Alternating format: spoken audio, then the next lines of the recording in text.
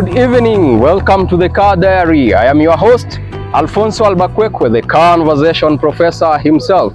Now, in today's episode of the Car Diary, we bring you an exclusive review of a car that is establishing itself quick fast in the Kenyan market, outperforming its rivals such as the Nissan X-Trail, the Mazda CX-5 and the Honda CR-V. What sets it apart is the ingenious asymmetrical all-wheel drive against its mentioned rivals. Ladies and gentlemen, this is the exclusive review of the Subaru Forester. And of course, before we set the ball rolling, today we are flexing like the big boys with Flex World Motors along Kangundo Road. If you want to check out this car or book test drives, you can holler them via these numbers that are here on your screen. Guys, with that said, let's roll.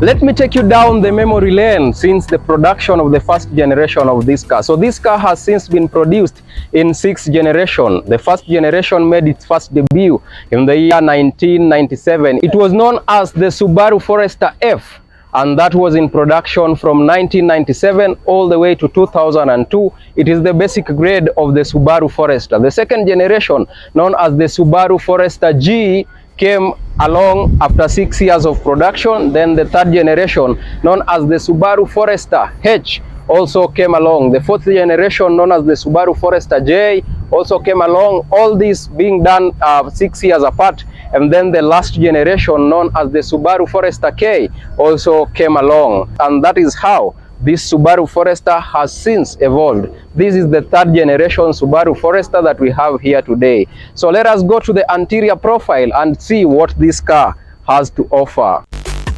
Now, the anterior profile of the Subaru Forester is very simple. Nothing much to talk about, this being the third generation. Of course, the other higher grades have more technological advancements, but let us concentrate on what we have today. And we start with the headlights. Surprisingly, this one has LED daylight running lights, and I believe these are aftermarket headlights because it is very hard to find them on the original headlights. So these are halogen headlights. And then of course, when we come to the central part of the anterior profile, we have the Subaru emblem, and this grille is also pretty nice. Last thing we are talking about on the anterior profile is the fog lights that we have here.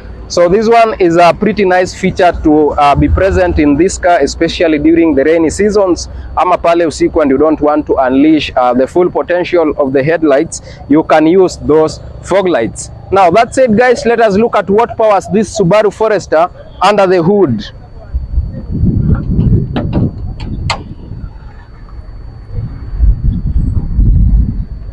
Now, under the hood of the Subaru Forester, you can be able to find 3 engine configurations. You have the 2-liter naturally aspirated engine, you have the 2-liter turbocharged engine, and of course there is a 2.5-liter naturally aspirated and a turbocharged one as well. So in the one that we have today, we have a 2-liter naturally aspirated engine because it is not a turbocharged engine. Now this engine, it is referred to as FB20, and then the turbocharged engine is referred to as FA20 DIT engine. DIT stands for direct injection turbocharged. Hadi hapo tuko sawa? Very nice. Let us now head to the side profile and see what the side profile has to offer as well. Onto the side profile, this car is very simplistic, as I had earlier told you, being the third generation. And this car sits on 18-inch alloy wheels, and that is pretty nice because it is a crossover SUV, and that means it has to boast some of the iconic stuff that are found in SUV vehicles. Now, also another thing that is notable is this calibration that we have right here. This car is a car meant for adventure. So if you go off-road with this car, utakuwa na hiyo chance ya ku prevent paint yako from getting scratches, especially from those shrubs, courtesy of this calibration that we have right here. Also, to talk about this side mirrors, we have the indicator lights mounted on the side mirrors as opposed to the front fender, and we have explained why that is always done that way. So guys, Let us move to the rear profile and see what we have there as well. Onto the rear profile of the Subaru Forester, we have the Subaru emblem and the Forester calibration here as well. So if this car is driving ahead of you, you will be able to know that the person in front of you is driving a Subaru Forester. Now, as opposed to other Subaru cars, you always have the AWD badge mounted right somewhere here. This one is mounted here. So that calibration reads symmetrical AWD, that is all-wheel drive, which comes with Subaru's technology, and that is that. So let us look at the boot space and talk about practicality of the Subaru Forester. The boot space is a little bit practical, though not as practical as the advanced grades of the Subaru Forester. So this one is limited to not so big cargo space unless you retract the rear end seats for the rear passengers. That is when now you can be able to have ample boot space ya wale wenye wanapenda kwenda adventure ama ushago. And we also have another compartment right here where you can put your tools, toolbox, nini. You can hide them here as you travel with this car. So guys, that is how practical the Subaru Forester is.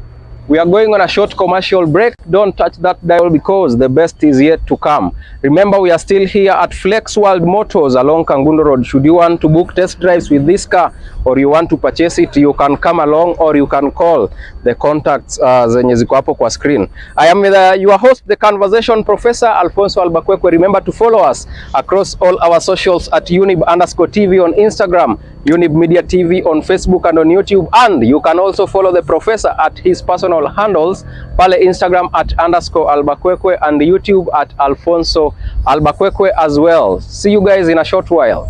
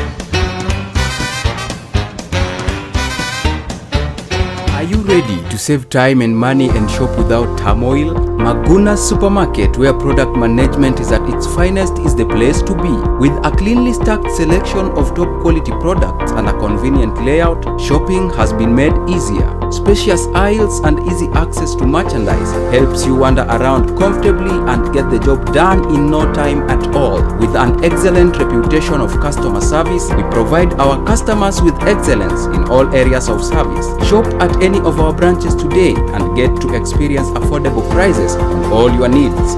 Maguna's Supermarket, sherehekea bei ya mwananchi. Karibu Maguna's. Maguna's Supermarket, sherehekea bei ya mwananchi.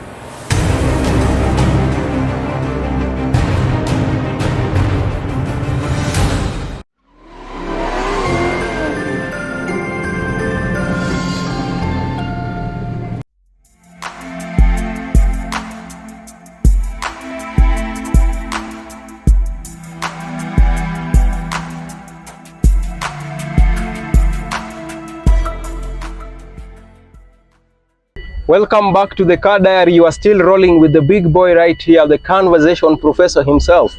And today we are giving you an exclusive review of the Subaru Forester. So let us start with the instrument binnacle. This car comes with a top speed of 180 kilometers per hour and a top speed also for 8,000 revolutions per minute. On this other hand, you have your fuel gauge yenye inakuonyesha fuel level yako iko at what point. Now, aside from that, nothing much to talk about on the steering wheel apart from the SRS airbag, which is a safety feature, and also we have that Subaru emblem on the steering wheel.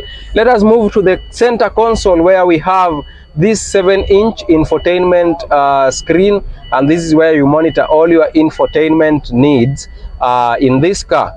Also, tukisonga hapa chini kidogo, we have the climate control, which is a little bit analog. Remember we said this car is a third generation car, and that is why it is the way it is. So you have your infotainment controls here, you have your volume.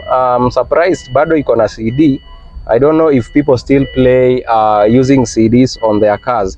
And then you have the climate control systems right here. You have to turn on your AC first before you are able to get access to this. You also have this on this other end, the automatic climate control, and you can check out our previous episodes. You get to understand the in-depth meaning of the science that we have right here. You have also your fan control from this point, and that is really nice. You have a small storage compartment hapa, unaweza fita vitu zako hapo. If you have a bundle of notes, millions umetoka bank, you can hide them there. Sawa sawa. Alright, tukishuka hapa chini, you have your power output source iko hapa, so you can charge your phone on board. And then we have the gear lever. This is the parking reverse. You know all those dynamics. It's a simple car, comes with a simplistic and a functional interior. Now let us talk about the storage compartments. You have the privilege of enjoying 2 cup holders right here, and also you have an armrest right here. So as you drive this car, you can be able to rest your arm, and under this armrest there is also another additional cup holder, and I believe this one is meant for the rear passengers because it fully retracts to the rear end side. Yeah, so with that said, let us talk about legroom and space. So the legroom for this car is very sufficient for the driver in this case, but tukienda hapo nyuma, I'll tell you something which is a little bit surprising with this third generation Subaru Forester. The same happens with the co-driver on this other end as well. Sawa sawa. Alright, headroom is sufficient enough, and then you have also some more storage compartments hapa juu. You can be able to store more of your things here ukiwa una drive hii gari. Alright, you also have easy tires zenye unaweza tumia usiku kama kuna kitu unatafuta and kuna giza. So let us move to the rear seats and see what we have there as well.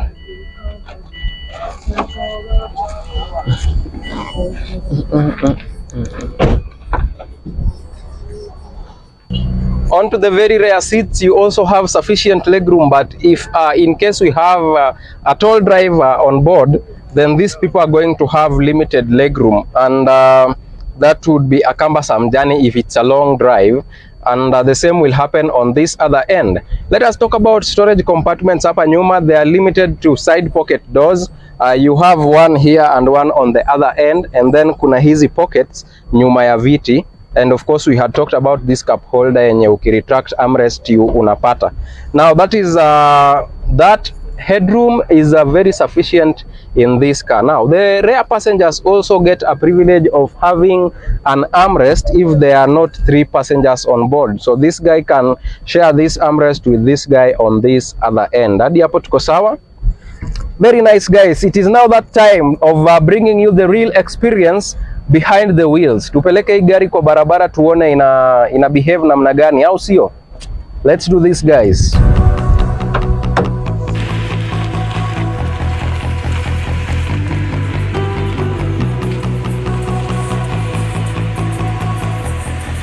So guys, we are on the highway with this Subaru Forester. We want to see how performance looks like.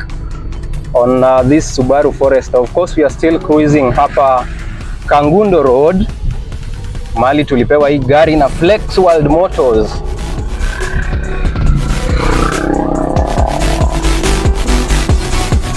So guys, when you talk about practicality and handling, this car handles smoothly on the highway, and let us try and unleash some potential on it. We see how it performs.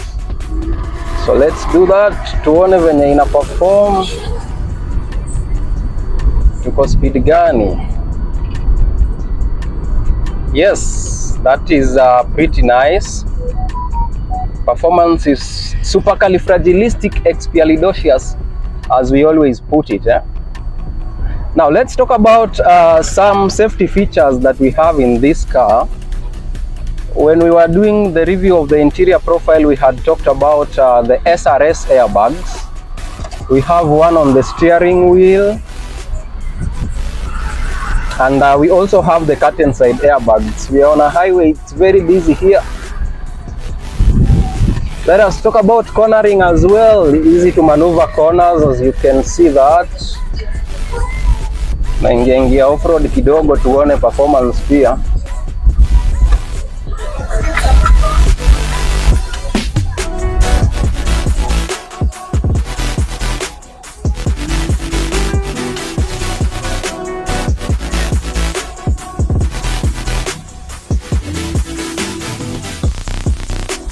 So guys, leo niko na mjamaa hapa kwenye Car Diaries.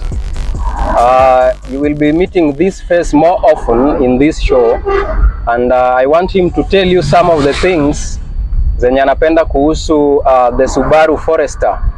Baba, hey. Ambia watu unaitwa nani kwanza? Evans Karaoke is my name. I'm a Subaru enthusiast.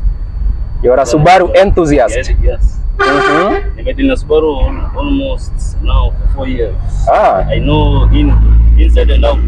So you are a Subaru enthusiast, eh? Yeah. So tell us what you like about this Subaru Forester, because I'm sure you have interacted with a lot of Subaru Foresters. Personally for this, I've still this car almost 1.5 years. Oh. I've driven it off-road. Performance-wise, because I didn't disappoint. Oh. I've gone with this car paka Namanga and everything. Namanga TZ? Yeah. That means the performance is practical, very practical, eh? Yeah. Oh, that's nice. So mimi majamaki tunapenda kuhusu hii gari is the off-road capability. It has a very good performance off-road wise, and also about the practicality and handling. This third generation fuel consumption, pretty nice. This 2-liter naturally aspirated will give you up to 18 kilometers to the liter, and that is very nice. So it is very fuel economical.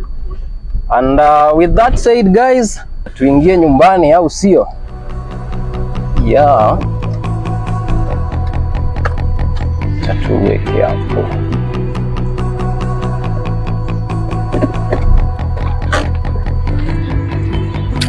Folks, with the test drive of the Subaru Forester, we come to an end of today's episode of the Car Diary. In conclusion, my parting shot is this car is more masculine than the first and the second generation, and I'm very sure that even the higher grades of this one are more masculine. If we happen to get one in one of these fine days, we will bring it here at the Car Diary so that you guys can also get to experience it from the comfort of your living room. Guys, today's episode has been sponsored by Flex World Motors. You can come at Flex World Motors and purchase your drive. Wako pale Kangundo Road opposite Shell petrol station. See you guys next Sunday, same time, same place. Bye bye.